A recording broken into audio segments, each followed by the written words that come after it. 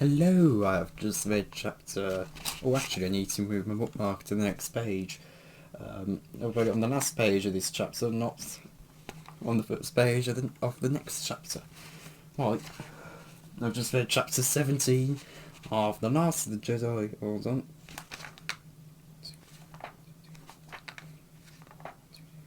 Of The Last of the Jedi Against the Empire, chapter 17. Now I've gone too far back, I think. No, I haven't. Okay.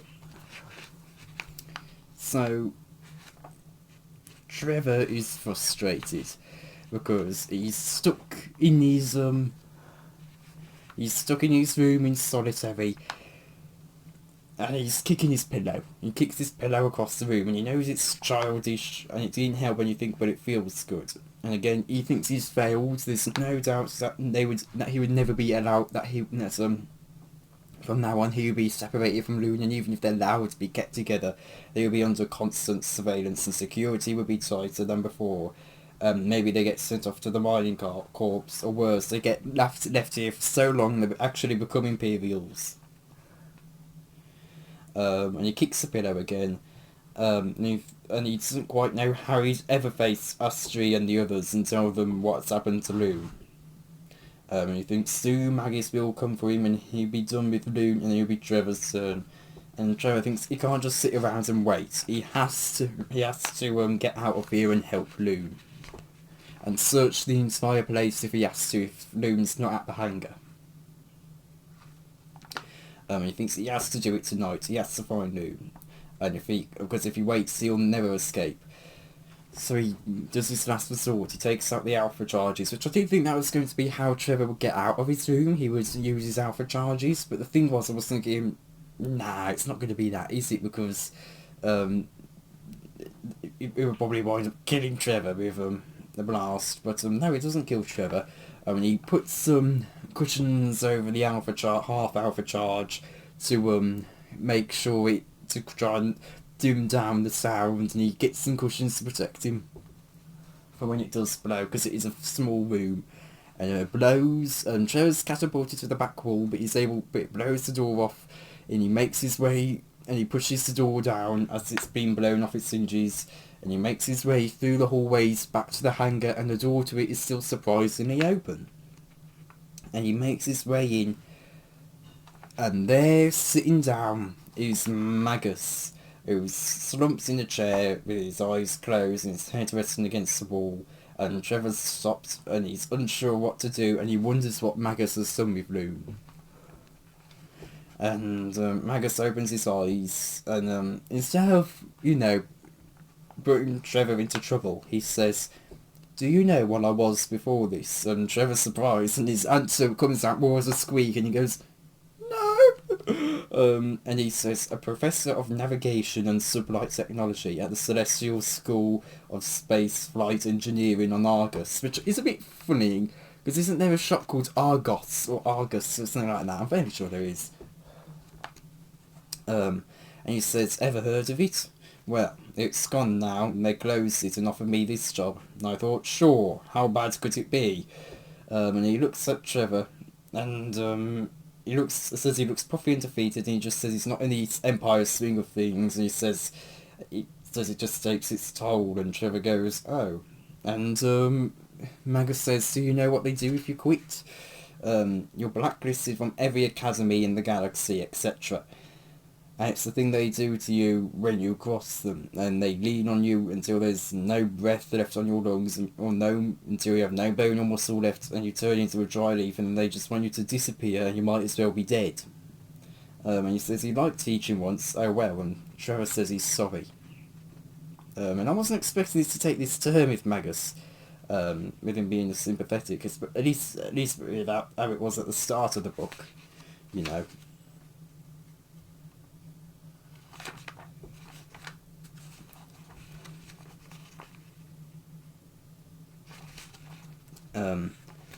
And Trevor's sorry gets Magus's attention back, and he asks why is he here, to try escape again, and it was this place more than he bargained for, and Trevor's bewildered, and he doesn't quite know if he can trust Magus yet. and he asks Magus where Loon is, and Magus just says, "Why do you care? You just met him today." And Trevor says he got him into trouble, and he says, "If you say so." His daddy came for him, and Trevor goes, "Bog?" And Magus is confused as to how Trevor knows Bog's name, and he says Loon told him, and Magus explains that Bog's an Imperial governor, so he can do what he wants. And he got Loon on some kind of special volunteer list for a big Imperial project. And Trevor asks what the project is, and Magus says, My, aren't we inquisitive? I wish I could see some of this intellectual curiosity in the classroom. And he shakes his head and says it's on a need-to-know basis, and he's not one of the know-it-alls. And he says all appearances to the contrary. And he laughs and says, "Hey, let's talk about you. What did you really hope to accomplish? Did you really think you could steal a ship?" And Trevor's a bit hesitant still, because this is a different Magus, and Trevor doesn't know anything about the living force. But he could tell that something in Magus had changed, or else this could be a trick. And he just says they were just fooling around, and Magus says he's had enough with no, really, we were just, he told you not to say we were just, and he says, "You're not just some kid with Imperial stars in your eyes," and you knew something about Trevor didn't fit. And he's saying it absent-mindedly without really, as if he were thinking of something else, and he looks around the hangar, and he says, "Okay, let's go." And Trevor says, "Where?" Because Trevor's prepared to run, and he knew he could outrun Magus, unless Magus has a stun blaster, which he most certainly does. And Magus says, "Anywhere but here." And he points to a transport and says, "That one." He says, "Easy, stick it out." Trevor is a little bit suspicious. He's wondering if it's a trick, but Magus tells him to hurry up before he changes his mind, and that he calls him on a good night, and he's sick of the Empire, and he's sick of the hats that he's having to wear, and he throws it. So Trevor thinks he has to take the chance. He makes a run for it, and he just can't believe this is happening, and he starts up the ramp to the cockpit, and Kestrel appears, and he's still in uniform despite it being the middle of the night. And he says, "What's this, an early morning class? Nobody told me." And Magus says, "Recruit Kestrel, how good of you to join us." And he draws the words out. And Trevor freezes, and Magus says that Quarton has decided to take a joyride unofficially, and Kestrel says, "Allow me to do the honours, sir. I'm Quarton's shadow. I'm responsible for his behaviour." He says, "I have to tell you that his store has been blown off its hinges," and he says, "Now that's determination. You're obviously taking your job just as seriously, Kestrel. Who knew I had such dedicated recruits in my hands?" Kestrel puts his hand on his blaster and requests to open fire on Trevor. Of course, it's a fake blaster. And Magus says, "Of course, for this offence, Fortin will get 25 to degrade." Thinks that should do it, and he says it should guarantee Fortin will be at the mining corps within a week, at the rate he's going. And Trevor's about ready to jump, but surprisingly, Magus moves incredibly fast. And he draws his own blaster and aims it at Kestrel. And he says, I think I should tell you that this is a real one. The sting is slightly more unpleasant." And Kestrel says he does not believe him. And Magus opens fire on a service console and points it back at Kestrel. And he says to Trevor Magus says to Trevor to get inside and start up the engines as he makes his way up the ramp. And Kestrel asks what Magus is doing, and Magus says it appears that his short Imperial career, but that was incredible, is at an end. And he says, "Enjoy!" And Kestrel sounds the alarms. And we're told that Magus can move fast when he had to, and he gets to the cockpit and jumps into the pilot's seat, and he says that here's where I can prove I can actually fly. And the retractable canopy starts but it stops halfway, because it's shut down by the security system, and Magus quickly overrides the system with the code, and it begins closing again. And he angles the craft sideways, and they make it out with only a few millimeters, but it still clips on the canopy. And it starts spinning out of control a bit, but Magus is able to correct it by flying upside down, and then they shoot off into the Coruscant night. I was not expecting this twist with Magus. I think it was the last chapter, or was it the chapter before? No, it's the chapter before.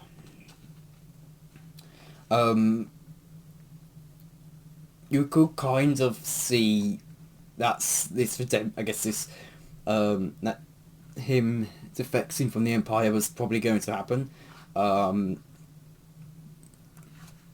But any point earlier, no, I wouldn't have said, Magus would have been defecting.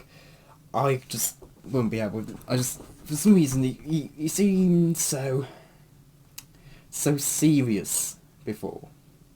He seemed very much to take his job seriously. But you could kind of see... But I think the way they written in how he's done it, you can kind of see why and how it works. He was a teacher. He's a teacher here.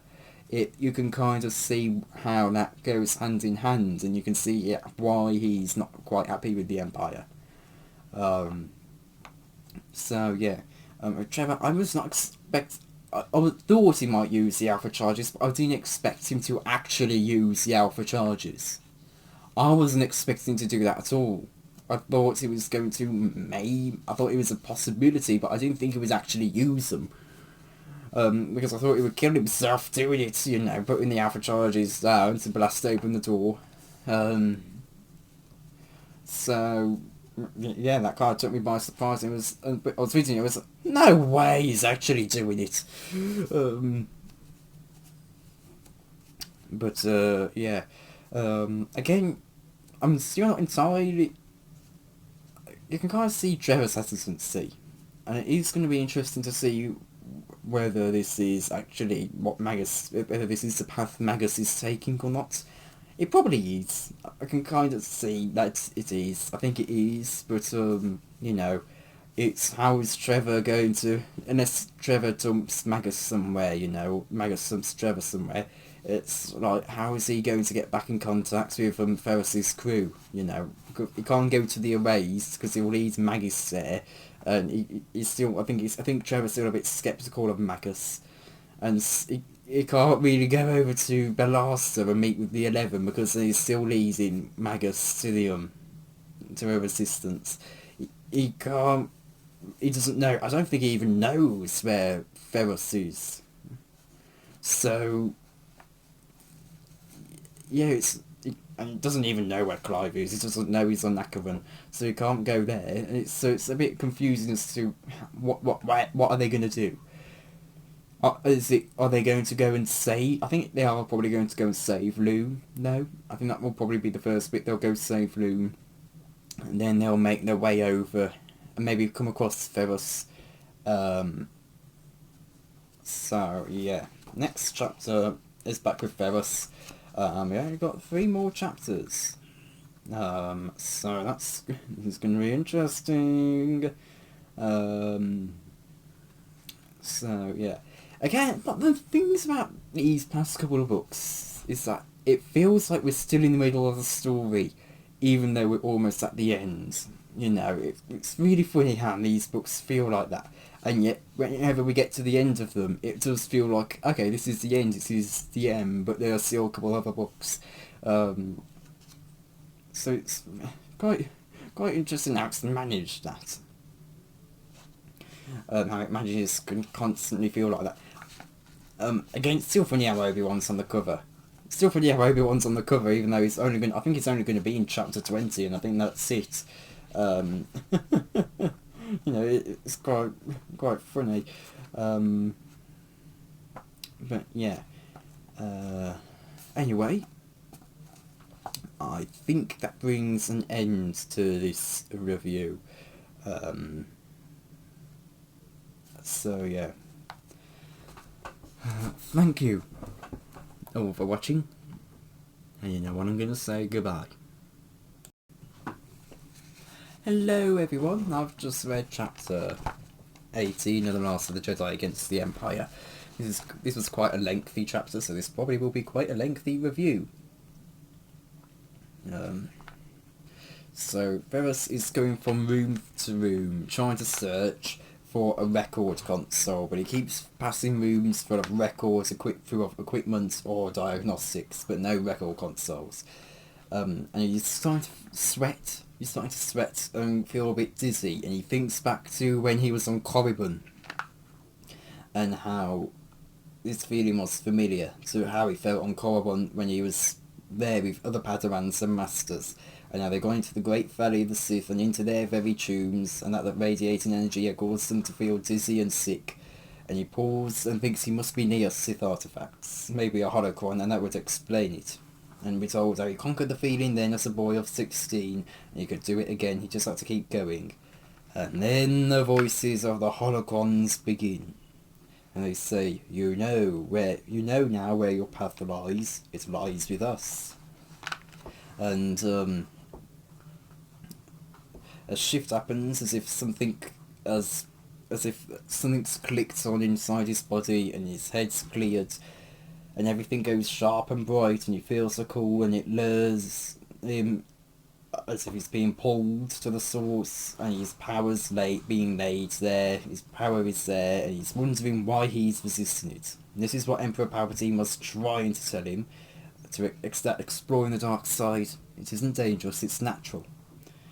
And the holocrons urge him to go to the source, and you can see that he can see what he can do there, more than he ever thought possible.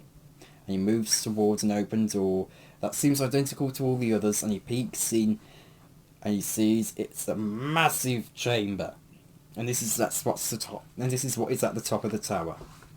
A massive chamber that is several stories big, with catwalks in a circular space, and along the walls there are ancient weapons there are ancient weapons, and also sorting cases there are ancient weapons, and Ferris doesn't recognise them, but he recognises their powerful aura. And he takes a few steps forward onto the catwalk and looks down, and at the centre of the room he sees Darth Vader 10 stories down, 10 floors down, and he's got a holocron in his palm, and it seems like he's gaining power. It looks as if he's gaining power from it in the way he's holding it, and Ferris feels a powerful urge.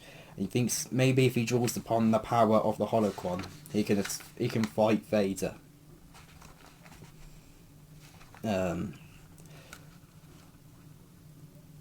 And then his hatred for Vader jolts and joins with the waves of the dark side. And he remembers how he destroyed the room at the garrison just by joining his anger to the Force, and he thinks he can fight Vader. And at this moment he feels powerful enough to bring the whole tower down with him, and he could come at him from above. And he thinks he'll have vengeance for Roan, and it will be sweet. And then other voices start, those of Siri, Obi-Wan, and his younger self, telling him that the dark path is a path of madness with no return, and he has to resist.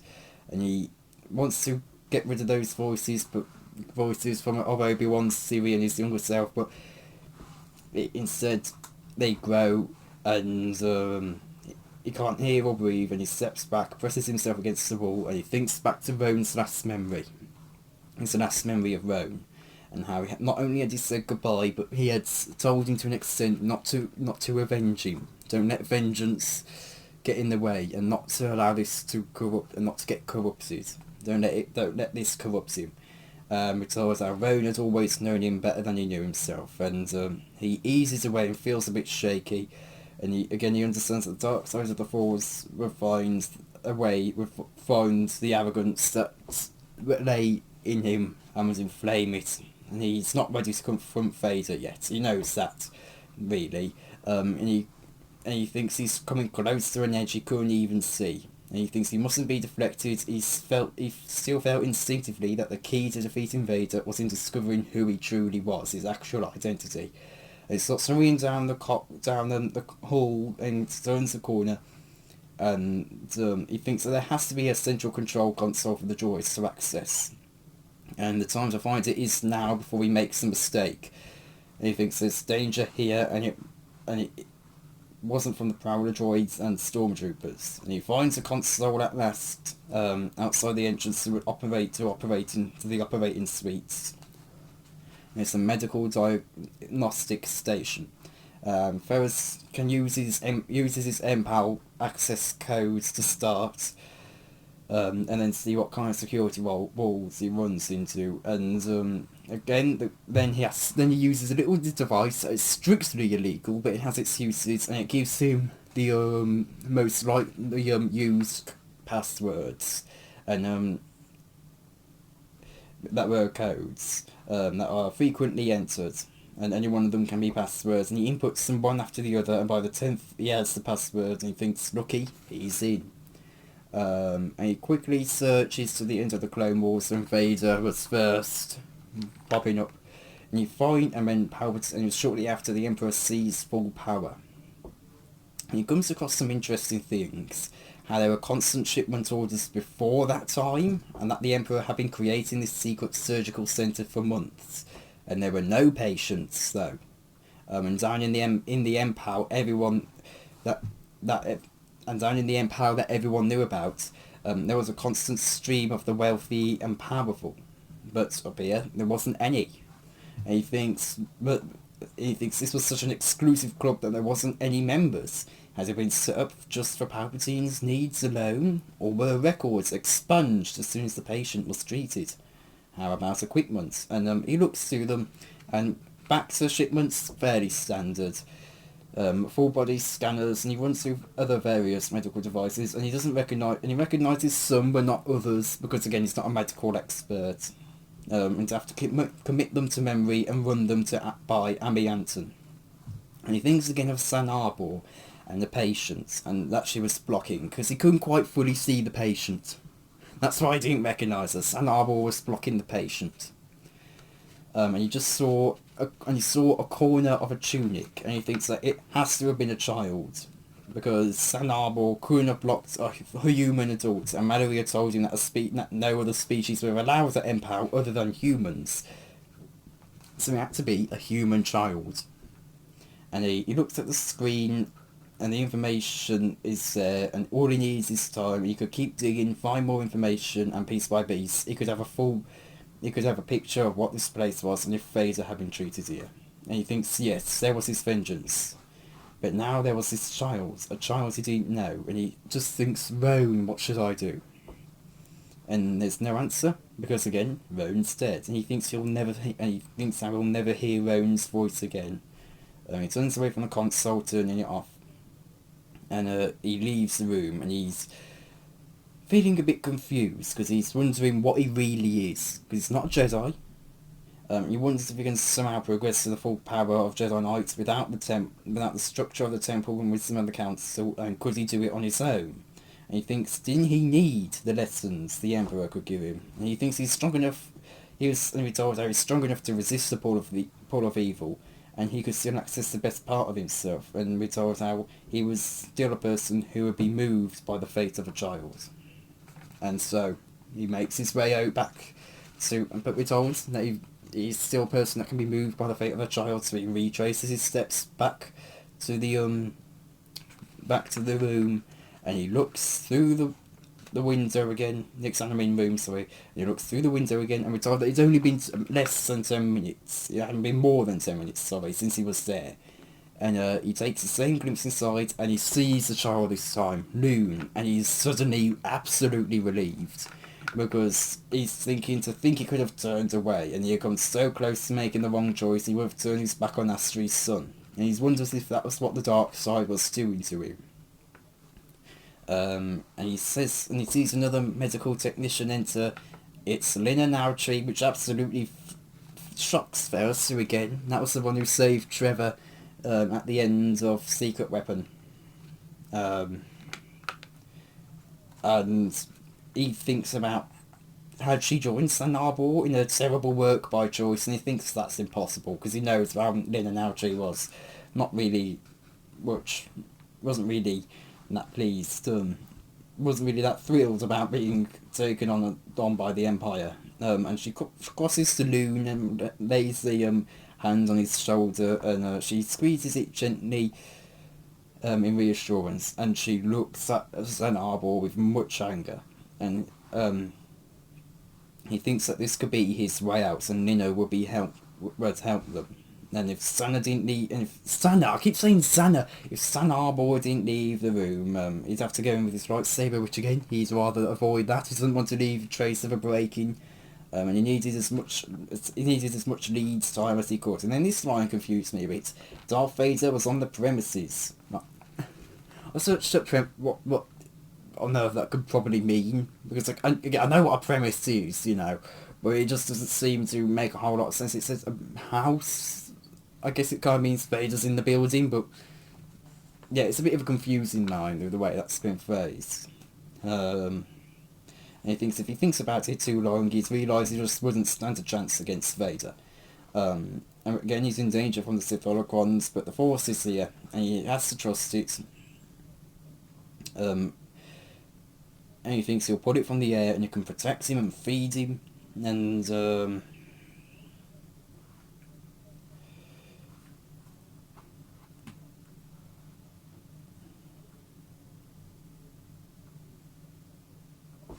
he has to remember the feeling that brought him here in the first place, that a child's fate, and that's the feeling that connects him to the living Force, and he concentrates on San Arbor, and he sends a thought toward her, hoping it can affect her mind, because he wasn't really very good at the mind trick as a Padawan, as Suri said he was too rigid and too focused on his own mind patterns to influence anyone else, and he thinks now he's no longer rigid. And he thinks, go and double check everything. Can't make a mistake. Go over the material in solitude. And he sends it to San Arbor, and she leaves. And Ferris isn't hesitating. He makes his way in, and Noon smiles while Lina's startled. Noon is happy to see Ferris. And Ferris says to Lina he doesn't want to get her in trouble, but he's taking Noon out of here. And Lina says he's taking her too. He can't stay here anymore because of just how monstrous and cruel Jenna. Got it right this time, Jenna. Just because of how monstrous and cruel Jenna is.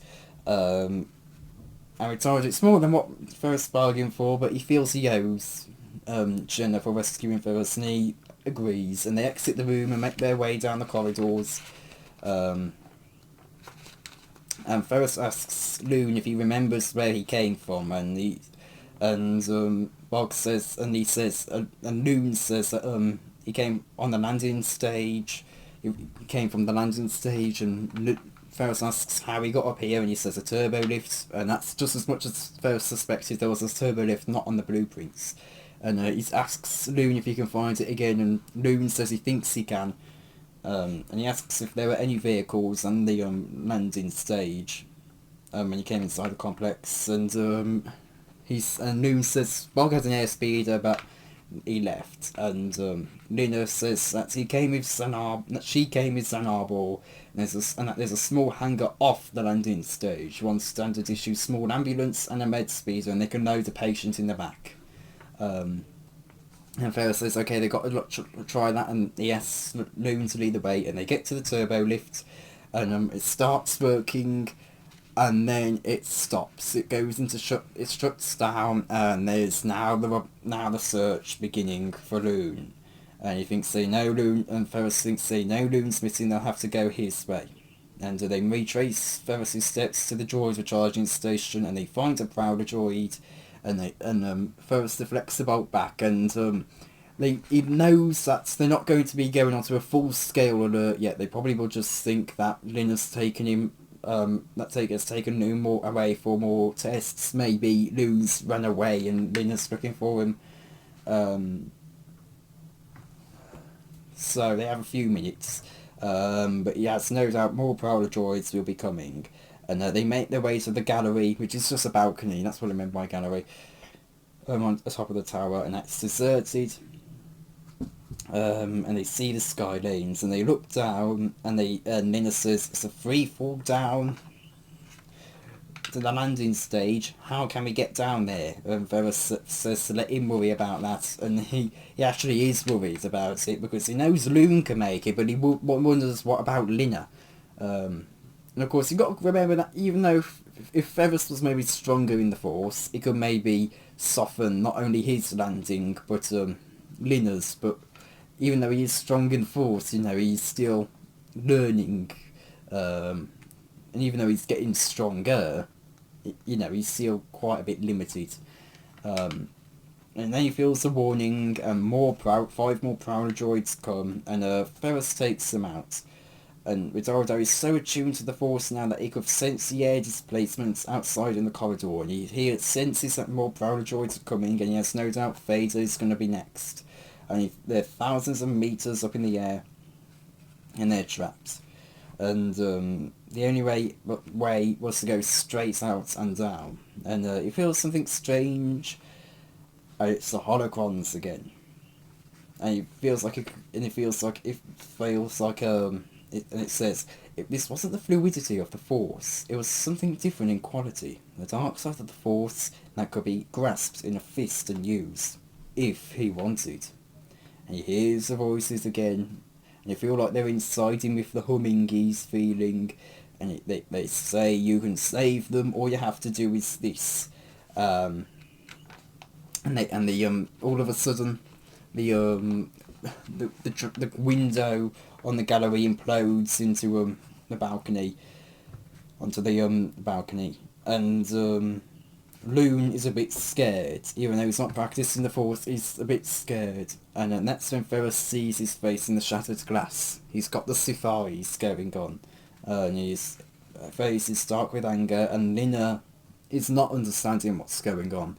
And she touches his arm and says, and Ferris just wants to tear that hand away from him. He doesn't want connection, and Lina says they can't make it with her, and that he has to save Loon. And Ferris thinks, stupid woman, choosing to stay when I can save you. And he wonders, whose thought was that? His? And he thinks, what is happening to me? And he thinks the voices. And Lina urges them to go, and she says, they don't know I was with you yet, I can go back. Remember, you have a friend here. Remember you have a friend here, and then she turns and runs away. And Ferris hasn't expected that, and he stares at the empty air where Lina had been, and she had wanted so badly to escape, yet she's gone back to them, and it says, sacrifice had no place in the Sith's galaxy. Where did he want to live? With beings like Lina? Or like Vader? And the dark side drops away, and he asks Loon, and he looks down to the thousands of meters to the landing stage, and he looks at Loon and says, trust your feelings, remember? And Loon says, don't think, just do. And Ferris promises him that they can do it. He clips the line to Loon's belt, and they leap. And that's where we end off the chapter. You really see Ferris's struggle with the dark side in this chapter. You really see his struggle with the dark side here. You see how he's able to resist at first. He's able to resist at first because of his better judgments, He knows he can't rescue them. But as soon as and he wants to get revenge on Vader, but he has better judgments. He knows he can't face Vader yet. He knows it's not quite powerful enough, and he needs to learn who Vader is before he can face him. But as soon as the holocrons and the dark side started lining up with his own goals, he kind of unintentionally started using it. And that's quite interesting. And I do say unintentionally, because the windows broke, and it's not really made clear as to whether it was Ferris who broke the windows, or whether it was the holocrons that broke the windows, because it says all you have to do is this, and then the windows break, and that is this is coming from the holocrons. So it's do they convince Ferris to break the windows, but did the holocrons break the windows? It's difficult to figure out. Um, and you just really see Ferris's struggle to try and balance his better nature with the corruption of the dark side, you know. He, he almost ignores the loon. He almost ignores Loon. He almost, again, fights Vader before he's ready. He wants to he keeps wanting to crush those voices of his past. But, of course, they get louder and louder and they get to his better judgment. So it's really going to be interesting to see how Ferris is managing with this. How is he going to manage trying to gain power from the dark side,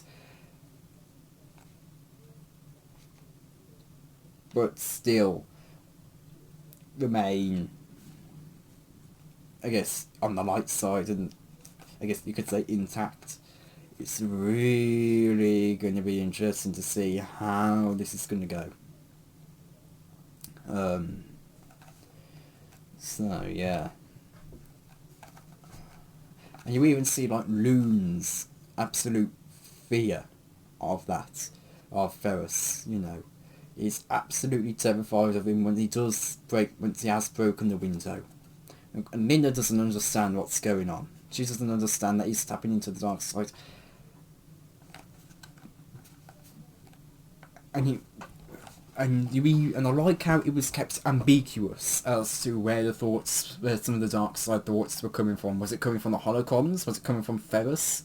You know, he says, "Oh, you stupid woman! I can save you." He thinks that, and he wonders, wait, where did that thought come from? Was it from me? Was it from the holocron? I like that it was kept ambiguous as to where the thought came from, because it still feels a bit like, is Ferris really getting this? Will Ferris really be this mean yet? You know. It doesn't feel like there's yet been that transitionary period, so I like that it was left a bit ambiguous as to whether it was the holocrons influencing that thought, or whether it was actually him. And you really just see Ferris' struggle in this chapter. Yeah, I've been saying this before, but Ferris is really, really hurting after Roan's death. He's really hurting, and he's really, really struggling. He's struggling so much. He's hurting so much. And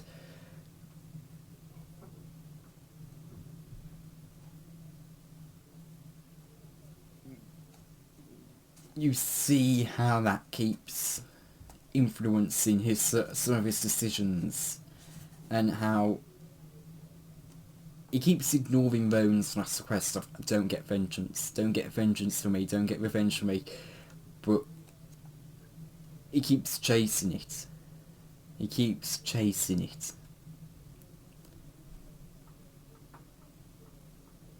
And it's going to be interesting to see if at some point he finally comes to his senses and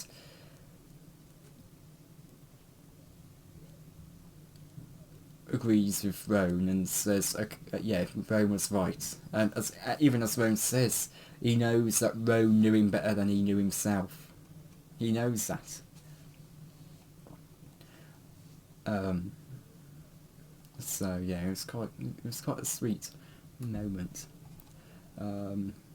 So yeah.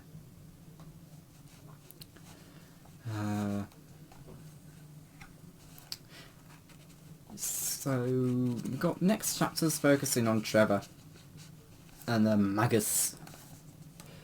So it's going to be interesting to see what that has. If they're going to make their way to Empal, find Trevor and... Not Trevor and Flume. Not Trevor. Ferris and Loon. There we go. Maybe rescue them.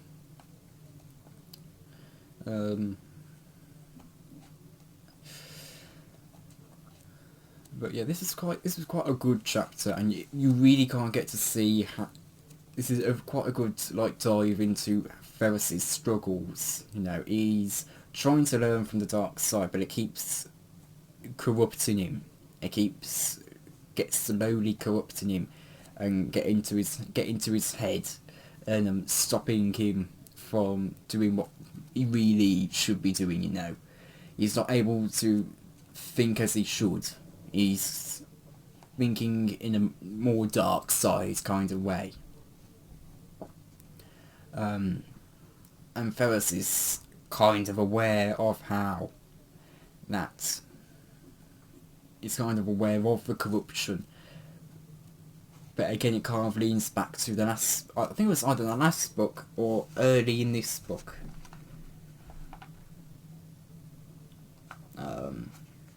It's like chapter 2, chapter 3.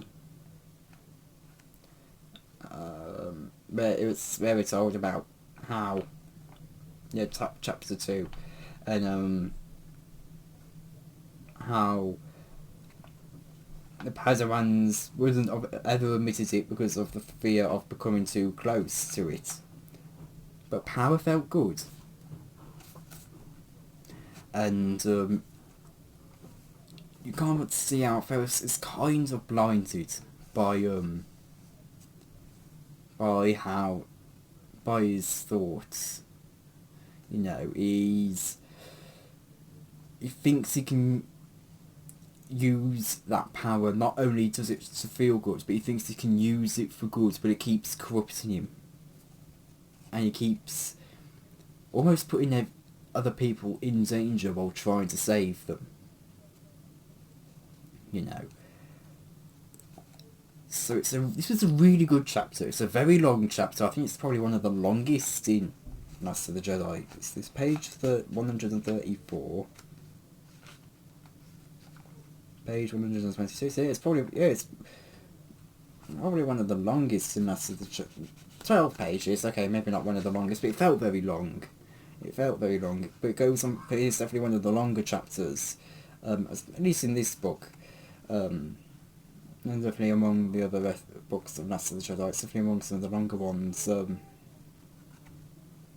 So yeah, funnily enough, when I was reading it, my thumb was really hurting because I can't just stop I just can't stop reading it. Once I read a chapter, I have to read. Once I start a chapter, I have to get all the way to the end, and it's like a couple lines in or a page, you know. Yeah. But anyway, it's really going to be interesting to see where this leads to. So yeah, and what the consequences are going to be. So yeah, thank you all for watching, and goodbye. Hello everyone, I have just read chapter 19 of The Last of the Jedi Against the Empire. I want to kind of say this chapter feels a bit Mission Impossible, but I don't think I've watched the films, and if I have, it's been years. And I think I'm only wanting to say that because I got one of the songs, themes from those films going around in my head. So. But anyway. Maggis and Trevor are flying. Well, Maggis is flying, Trevor's riding, and so that Maggis doesn't seem to believe in space lines. He's just flying randomly, and Trevor asks if they should slow down, and Maggis says he's got his freedom back and to let him enjoy it, but he does pull back on the speed, and he asks where to go, and Trevor says he needs to find Noon. And I think he thinks Maggis knows where he is, and he knows, Maggis doesn't answer, but he zooms into a sky tunnel, and, Trevor starts trying to assist him, trying to get him on his side, and he says, I can help you. I know people here on Coruscant, they can give you new ID docs, concoct a fake background, you could even teach again. They know how to bury you so deep the Empire can never find you. And Magus chooses up a lip and they emerge out the tunnel and they make their way around the warehouse district, and he turns around and he starts making his way to the Senate complex. And you know, after Trevor says that I know where he is, Magus. Magus says, I think I know where he is. I won't rescue him, I'm no hero, but I'll fly you there.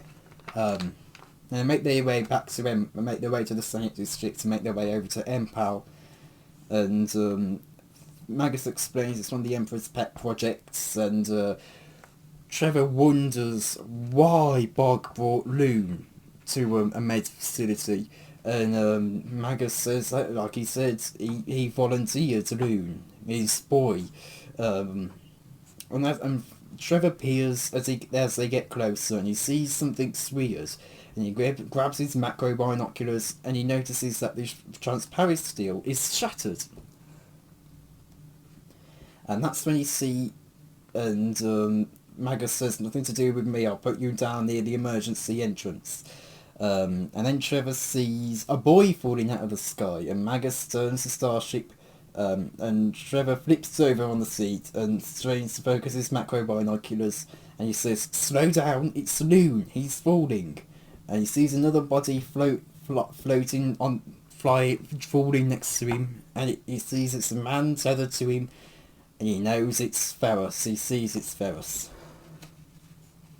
And he says they've got to help them, and Magus says he's no hero, and then blaster fire streaks from the tower, and Trevor gulps, and he thinks, what's that cannon fire? And Magus goes, great novas, that's a laser cannon! And Trevor says to get down there, they're falling to the landing stage, and Magus calls him says if he's crazy.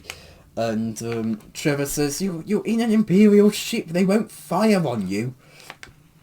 And Magus says he doesn't want to take that chance, and Trevor throws himself over to Magus and pushes the controls, and Magus goes, okay, and he starts flying down. And Trevor presses his face against the windscreen, trying to keep Ferris in sight. And his only hope is that if Ferris sees them, he realises that they're not enemies. And anyway, back to Ferris, we've gone to Ferris again, and for him, time feels like it's moving slowly. And we're told how, even though he's falling hurtling down thousands of meters, trust is flowing between him and Loon. And he feels a strange exhilaration, and it says he was at the centre of himself now, in tune with the complex living force that throbs in the millions of beating hearts in Galactic City, and he wasn't afraid.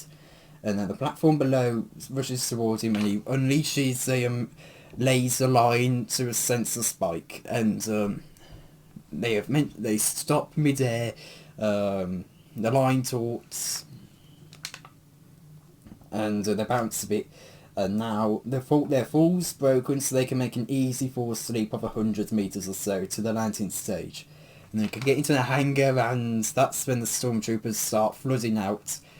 And it's not just blasters they have missile launchers, and light missile launchers, and they're just hanging there in their perfect practice, and Ferris and Loon have to start swinging to avoid them. And then Ferris notices the starship, the Imperial starship coming, and he thinks it's something small, something fast, probably equipped with laser cannons. Somebody was already trying to get a visual sighting. He can just make out a shadow in the windscreen, and he thinks if he could just reach to the alpha charge in his utility belt. And I really was thinking, no, at that moment when reading this. And Trevor says to turn on the cockpit lights, and Magus is saying, but if we turn them on, the stormtroopers will see us. And Trevor tells him to just do it, and he does it, and he presses it, and Trevor presses his face against the windscreen. And with as he slowly turns while hanging on, Ferris is able to see that it's Trevor, and he stops reaching. Because he recognises Trevor, of course. And Magus, and then Trevor says that he can switch the lights off, and how to open the cockpit canopy and get underneath them. And Magus says, are you nuts? They can't just drop in. The speed ratio is too fast. They can't judge it. They'll miss. And Trevor says, he can do it. Trust me. And you can really just see Magus kind of rolling his eyes and going, oh, in this moment. And he says, I'm just doing one. I'm just doing one pass. Just one, then I'm out of here. And he flies over, and the missile streaks towards Ferris and Loon. and they somehow manage to get out of the way, and a second later Maggie zooms underneath them, and with a split second of timing, Ferris directs Loon to climb on his back, and he releases the laser line, and the two fall through space straight down, and they land into the ship, and it jolts the ship a bit. And Magus is absolutely flabbergasted at all this and just goes, "Holy moon!" And they blast away with some of the campfires streaking behind them. And Ferris is holding Loon securely in his securely in his arm, and Trevor looks down at them, and he's just absolutely ecstatic that it worked. And Ferris says he doesn't know how you... He says, "I don't know how you did it, but thanks." And he looks over to Magus in his Imperial officer's uniform, and he says, "Thanks to you too, whoever you are." And this last line made me laugh. "That's whoever you are, sir," Magus corrected, wiping the sweat off his face. And that made me laugh, because that kind of hints that this is still the same old Magus we know from the first couple chapters. This was a very intense chapter. It was a very intense chapter, and was always quite a bit of an epic, you could say. Like the whole scene at the tower, that was...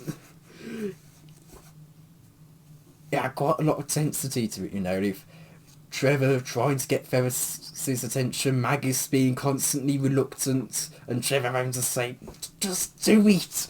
And you can just imagine Magus just going, "Oh..." With certain actions. And,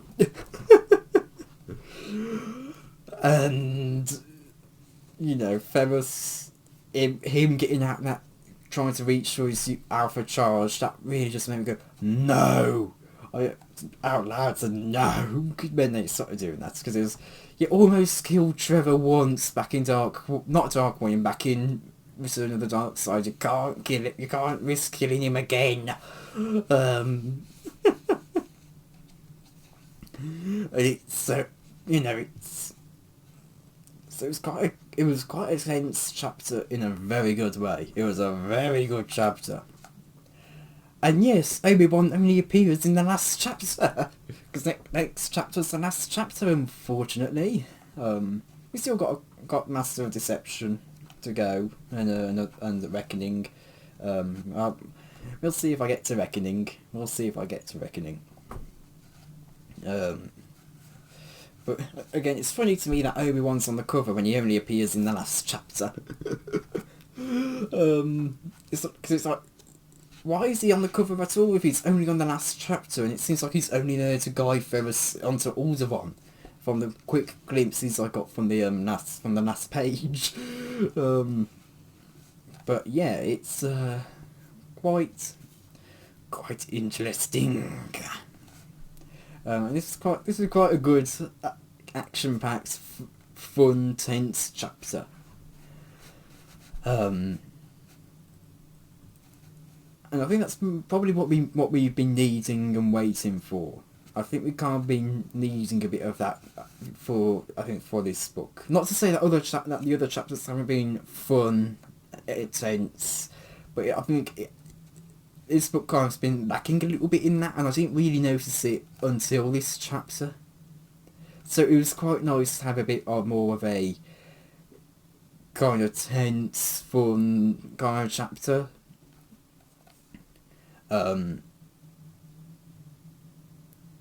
Yeah, it's got quite a lot of elements that we haven't really seen for probably at least since Secret Weapon, not since the last book maybe, or maybe Return of the Dark Side, or Tangle's Web, or Death on Naboo, maybe. It feels like something we haven't quite had for a while. It's definitely not been in this book. Maybe it's in some of the previous books, but it just feels like this chapter had a little something that we haven't quite had for a while in the Last of the Jedi. I'm not quite sure what it is. Again, it might just be that it's got that little bit of fun to it, but yeah, it's nice that you get that back in this chapter. You get that sense back. So yeah. Anyway, I think that brings an end to this review. So thank you all for watching, and goodbye. Hello everyone, I have just read chapter 20 of Last of the Jedi Against the Empire, and you know what that means, I finished the book. Oh, I'm happy I finished this for some reason. So we're told that once Loon got back to the safe house in Galactic City, Astrid did not let him out of her sight for the next 24 hours. And you know that, can you really blame him? Can you blame her? And then Dex gently suggested that Loon should probably need some time to play. And so she let him go off to play laser tag with a group of kids who lived on Douglas Valley. And we're told that Dex had sent Maggis to another safe house where he can get erased. And we're told that Flame and Will has arrived from Belasa. I wasn't expecting Will to come along. And Clive had joined them as well. And we're told that it was time to plan the first Moonstrike meeting. And it would have to be done in a place of complete safety. And Dex offers for them to stay here, but and he says, but Flame's already shaking her head and says that she doesn't think anyone would agree to meet right under the Emperor's nose. And when Keats and Curran both start speaking, and I'm really sad that this is the one moment of Keats, and we don't even get to hear any dialogue from him, aside from that he just started speaking. Because you know how much I love Keats, you know how much I really like his character. I find him hilarious, and I find that a little bit disappointing. They start speaking, but both Keats and Curran start speaking at once, coming up with different suggestions. And Clive watches Astrid walk out the room, and he follows her. And he asks if she's going to join Moonstrike, and she says that she doesn't really have a home world. She lived all over with her father when she was a girl, and they settled they're here in Galactic City, but technically she's not part of the Resistance. And Clive says this could be a place to begin, and she says that Rygal's offered to train Loon, and she says that the Jedi think he can develop his Force ability and that he'll never be a natural Jedi, but he could be something, and he owes that, and she owes that, and she says she guesses she just can't run from his Force ability any longer, and she says I'll stay here for a time, and Clive says maybe I have a job for you, and there's something, and he says that there's something he needs to do. And he nods in the direction of the meeting, and says that they're placing a lot of trust in Flame, and though she's passed enough tests to show that she is trustworthy, he's still sceptical. And as she goes, so you don't trust anybody. And Clive says that he went to Raccoon to look into her background and might have stumbled on her real identity, and he thought he found someone that might know, but he was killed before he got the chance to speak with him, and that bothers him. And as she says, aren't they in a civil war? And maybe someone got, and that bit with people getting killed every day, and Clive goes, yeah, maybe it looks right, but it doesn't smell right. And he says that Flame escapes an Imperial garrison with 5 other people, and those 5 other people wounded up either dead or arrested. And that actually didn't click with me, but yeah, they did. Maybe Flame had something, and he thinks maybe Flame has something to do with it, I guess. And he says there's no way to trace what that operative might have known. And all the records on Acheron are gone, and there's no way to trace who Flame really is, and that bugs him. As she says, if you start digging into who Flame really is, you might do more harm than good. It might stir something up that the Empire can use, and that could be the end of Moonstrike. And Clive says that has occurred to him, and he says, you know, you were wrong before. It isn't true. I don't trust anybody. I trust Ferrus, and you. I need help. And Astrid says, Clive Flax is asking for help. Never thought I'd see the day. Alright, I guess I could use a distraction. And Clive thinks it wasn't exactly a rousing show of support, but he thinks it was a start. Now we're told that Ferrus is due at the Imperial landing platform, but first there is someone he needs to contact, and hooray, it's Obi-Wan! we're told he's got a few more silver streaks in his beard. And he's got deep lines etching his streaks, and he says, and Obi-Wan says, I haven't heard from you in a while, and Ferris says, you don't look so good. And Obi-Wan just says, charming as ever. And I could say the same. What's going on? And Ferris explains that Rome was killed by Vader, and it hits Obi-Wan as well. It fills him with sorrow. And he apologises for that. And Ferris tells him that Rygao is surfaced, and Obi-Wan's glad to hear that news. And Ferris explains that he's gained more trust within the Empire, and he's been given a special assignment from Palpatine to find any Force steps. And Obi-Wan says, a special assignment? I don't like the sound of that. You can't underestimate Palpatine. He's vastly more powerful than you. So is Vader. Together they're unbeatable? For you alone, yes.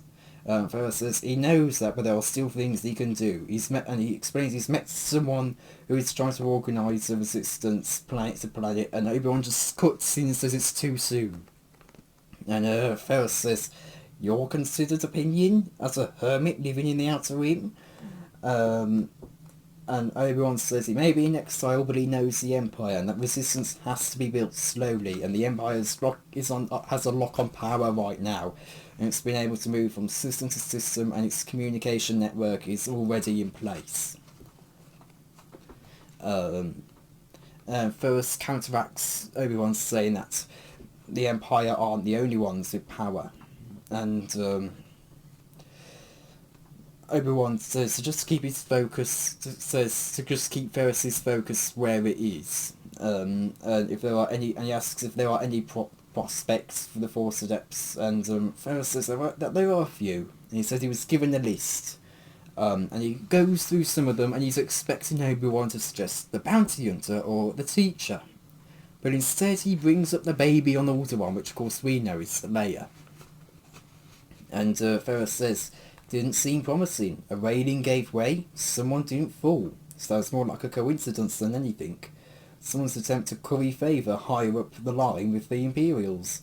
There are informers in every city, on every planet these days, even on a planet like Alderaan. But every report gets followed up, so it made its way to me. And Obi-Wan says that he must file a report dismissing the sighting, but first he has to go to Alderaan and seem to investigate it. And Ferris says he has more important things to do than chase down a false lead. He could be chasing down a real lead. And Obi-Wan says, no, this is the most important thing he must do.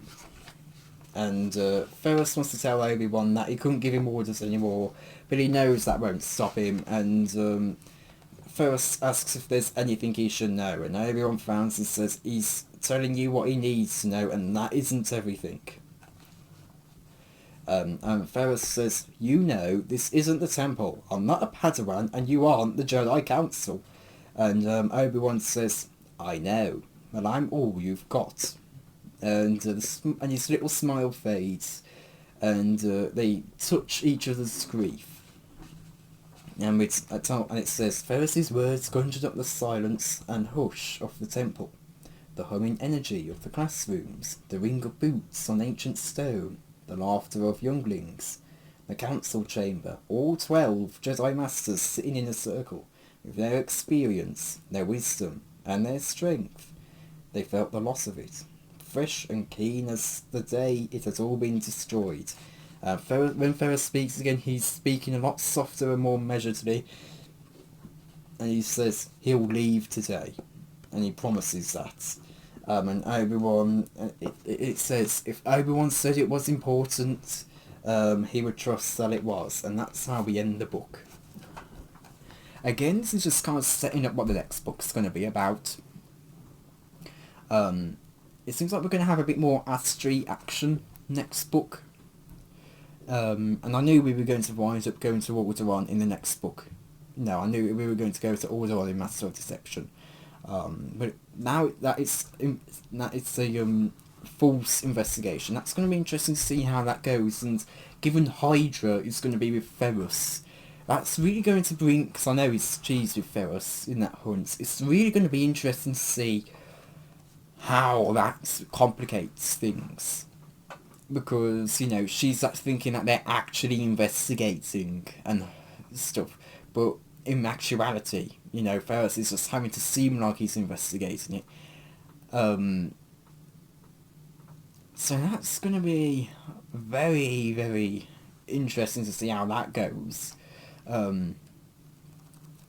For finding out more about Flav, it's going to be interesting to see what Astri and Clive come up with. You know, again, we kind of on that bit of is Flame a spy or not. So yeah, that's the thing with Flame. Because I got spoilt on there being a mole on Wikipedia, and it said Toma was a mole as well. And again, I just can't see Toma being it. I just can't. And again, the thing is with Wikipedia, it has so much misinformation about Master the Jedi on there. There's articles for Peace Naturian, for a guide. Naturian is just Maniliton. Guide is just what's her name? Solace. I can't believe I forgot Solace's name there. You have article. Yeah, there was an article on. There was a little mention on Donal saying he was the one who betrayed Solace and exposed where they were when it was actually a guy called Churro. You know, I know. I think it was in the Dark Warning article. There was mention of of Malorum being on Polis Master in Dark Warning when he doesn't even appear in Dark Warning. And he only was on Polis Master very briefly for 2 pages in Death on Naboo, and he's in he's in his personal starship in that entire chapter. In those 2 pages. So you know, there's a lot of misinformation about Master of the Jedi on Wikipedia. You kind of have to kind of be a bit skeptical with it. I've tried to make some alterations. I know I've done some with Malorum. I've been trying to expand Hydra. I know I put on Duro and removed a little bit of information from Donal, but a little bit of extra information on Hume. I put in the Suspicious Movements article. But you know, there's still some bit, but at least with Malorum, you know, I was mainly just doing the personality traits and there's some little bits of equipment. So for the most part, you know, that's not really going into his biography and detailing his story that much. I did a little bit on this biography on his death, but yeah, I pretty much for the most part left that untouched. So yeah, and that's why I keep spoiling myself, because I keep looking at the articles. For most part, it is just with the Inquisitors, for the most part, I'm looking at, and I already am aware of what their Inquisitor articles are, because that's what got me reading these in the first place, looking at the Inquisitors articles. So that's why I was even reading Master of the Jedi. So yeah, I'm struggling to see Toma being a spy. It's one of those things where it's, why would he be a spy? At least for the Empire, you know. Why would he be a spy? What would he have to gain from... Well, I know what he would have to gain from that, but why would he be working for the Empire? You know, he seems so devastated back in Dark Warning when he surrendered, and then Ribble, funny name, Ribble, opened fire on the Luthen and destroyed it. You know, he was absolutely devastated at that. So yeah, I just can't see Toma being a spy. So yeah.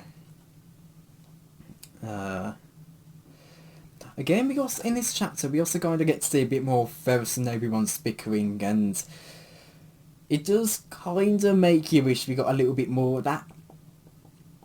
It's been nice to actually have Obi-Wan and Ferris have another conversation. I think this is actually probably their last conversation.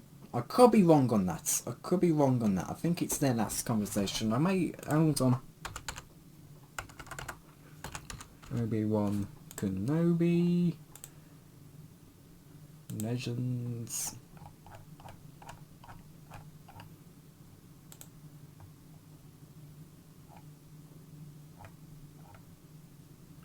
go down to Last of the Jedi.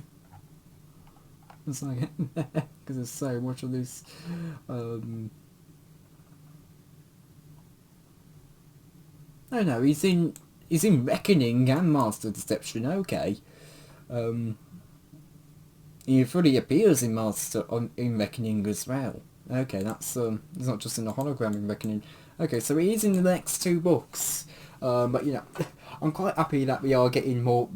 In that case, I'm quite happy we're getting Obi-Wan back then. Even if it's likely only going to be briefly for like a chapter in both for both books. You know, Ferris and Obi-Wan, they have such great banter together, you know, with Ferris saying, "You don't look well," and Obi-Wan just going, Obi-Wan not really caring much, finds it a bit, I'm not here to be here for your humour, Ferris, we're here to have a serious conversation, you know. But he doesn't outwardly say it, it's just the way he replies, you know. It's just say, "Oh, Ferris, we're not here to joke about, we're just having we're here to have a serious conversation," and it's just how he said it with charming, which just says it all. It says it all. They have such great banter, and it's funny. It's funny that the first couple books were centred on the mission that Obi-Wan had set up for Ferris about relating to it, has the involvement of an Inquisitor. These next books are a mission that have been set up by Obi-Wan for Ferris that has the inclusion of an Inquisitor. So this is, you know, the car version is kind of how it started.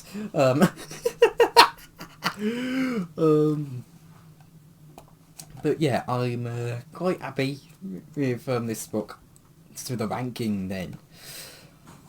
I am going to say that I don't think Against the Empire is quite as good as the other books. You know, some of the other books we've been talking about, you know, for a lot of the time I've been going up with a lot of the books.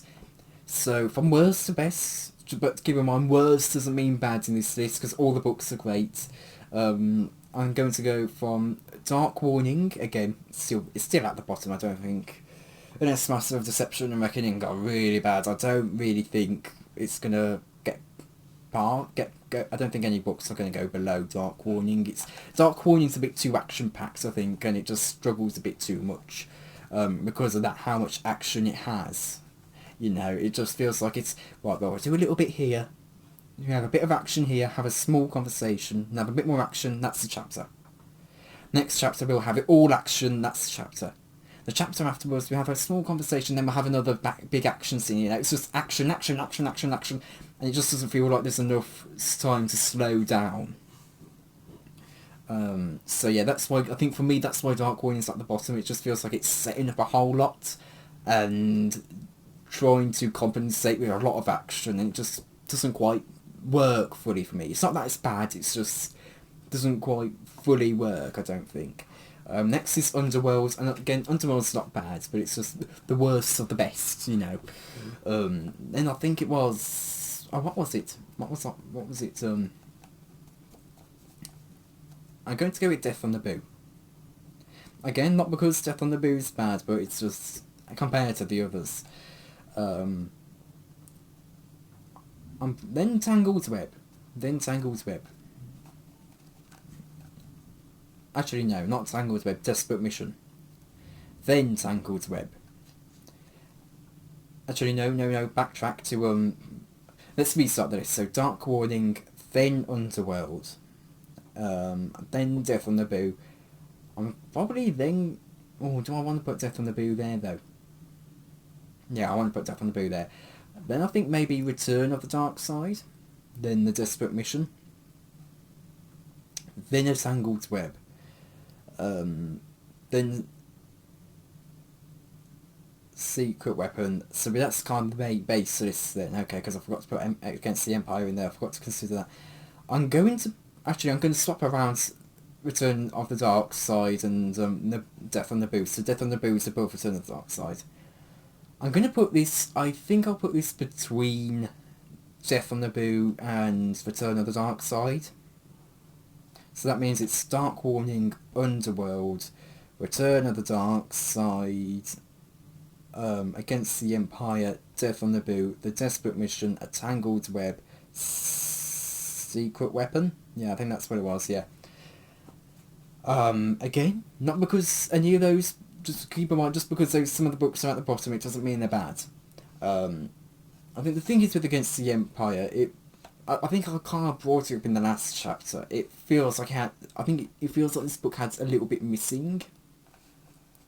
You know, there was a lot of intensity and fun in the last chapter, and it feels like that was maybe missing a bit from this book.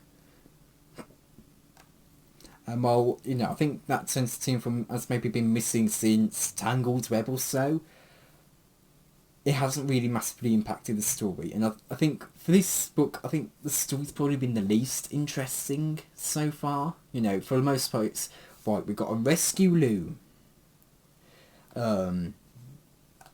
We got to rescue Amy Anton. Ferris is now working for finding Force Adepts, and he's trying to find out more about Vader. It just doesn't feel like, while it just can't come together in a nice little bow, it just doesn't quite feel fully satisfying, if you get what I mean. You know, with Amy Anton, she's rescued halfway through the story. And then, you know, any chapters that would have been her rescue, you know, are now just relating, are just with Clive finding more. It just isn't finding more about Flame, which again is going to be an interesting plot line, I hope, but it just doesn't quite feel the Amy Anton storyline. It feels like it was meant. I feel like the end of that was meant to happen at the end of what was it?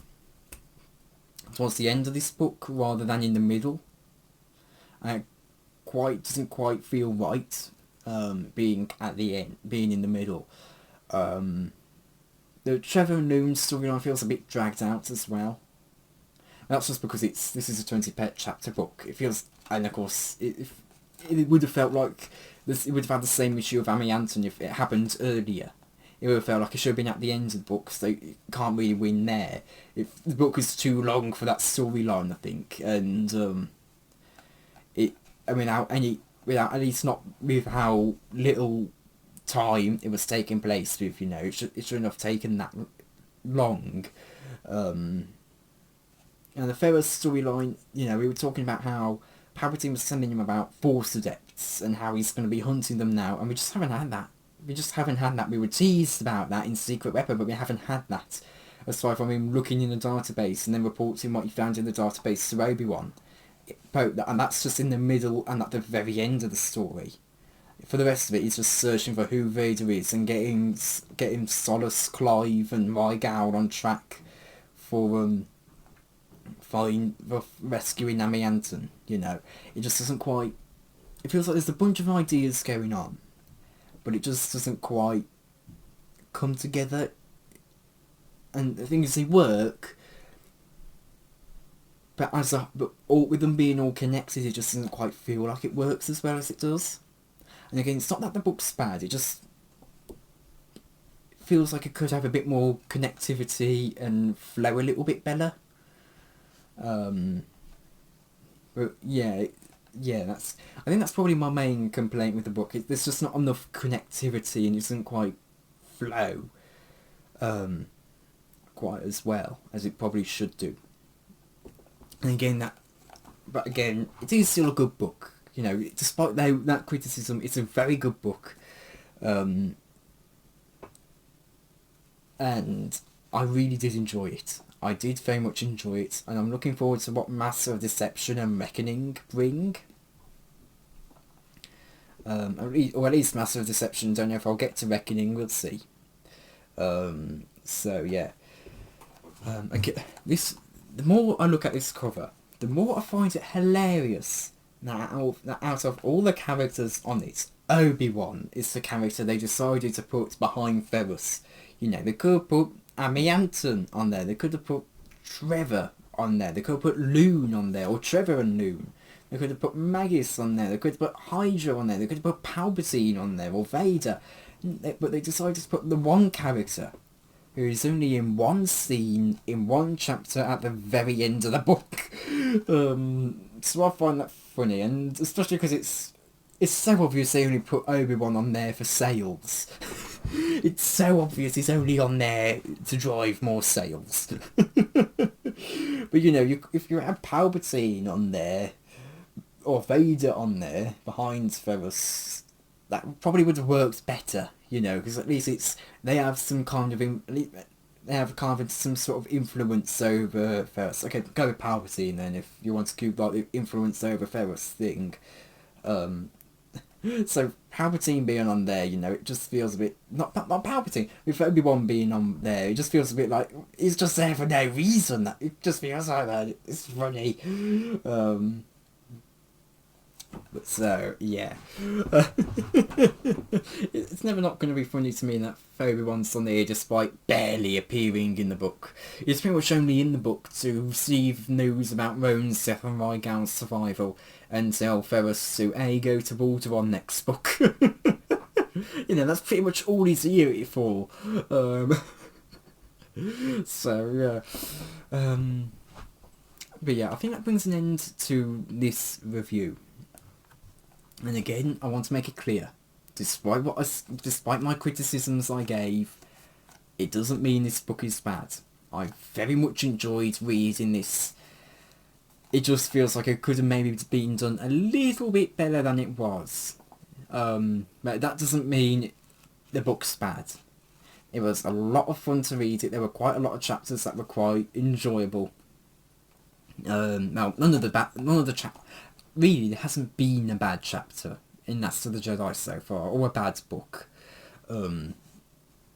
It's just some of the books are better than others, you know, and that's the case with anything, you know. Some scenes and some chapters and some books, you know, some episodes or movies in like a series, you're going to have ones that you're going to have stuff that is worse than the other, but it doesn't necessarily mean that they're all bad. You know, just because something's at the bottom doesn't mean it's bad. It just means that it's the worst of the best. You know, or the worst of the good. So yeah. Thank you all for watching, and goodbye.